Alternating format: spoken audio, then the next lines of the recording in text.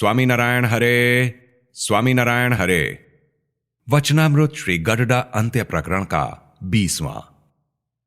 स्वभाव, प्रकृति या वासना की परिभाषा। संवत 1884 में श्रावण कृष्णा अमावस्या 22 अगस्त 1827 को रात्रि के समय स्वामी श्री सहजानंद जी महाराज श्री गडडा स्थित दादा खाचर के राजभवन में अपने निवास स्थान में विराजमान थे। उन्होंने सभी श्वेत वस्त्र धारण किए थे। उनके समक्ष साधु वृंद तथा विभिन्न प्रांतों के हरिभक्तों की सभा हो रही थी।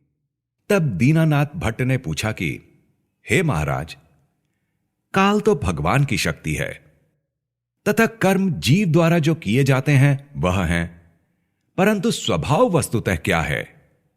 तब श्रीजी महाराज बोले कि जीव ने पूर्व जन्म में जो कर्म किए हैं वे परिपक्व अवस्था को प्राप्त होकर जीव के साथ घुल मिल गए हैं।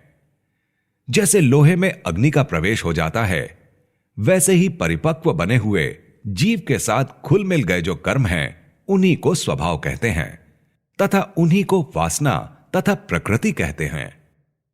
फिर मुक्तानंद स्वामी ने प्रश्न पूछा कि हे महाराज, आप बताते हैं कि जीव के साथ एक रस हो चुके कर्मों को ही स्वभाव तथा वासना कहा जाता है।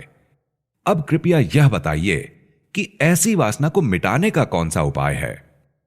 तब श्रीजी महाराज बोले कि ऐसी वासना को मिटाने का उपाय यही प्रतीत होता है कि आत्मनिष्ठा पूर्वक श्री कृष्ण भगवान की भक्ति की जाए। यदि बिना आत्मनिष्ठा के ही भगवान की एकमात्र भक्ति की जाएगी तो भगवत प्रेम के साथ साथ अन्य पदार्थों से भी लगाव हो जाएगा। अतः आत्मनिष्ठा पूर्वक भक्ति करनी यही वासना को टालने का एकमात्र उपाय है। यदि आत्मनिष्ठा वाले पुरुष को भी कभी किसी अशुभ देश कालादि के योग से अज्ञानी के समान ही शोभ हो जाए तो भी वह अधिक समय तक नहीं टिक सकता। इति वचनामृतम। इस प्रकार से श्री गडडा अंत्य प्रकरण का 20वां वचनामृत पूर्ण हुआ।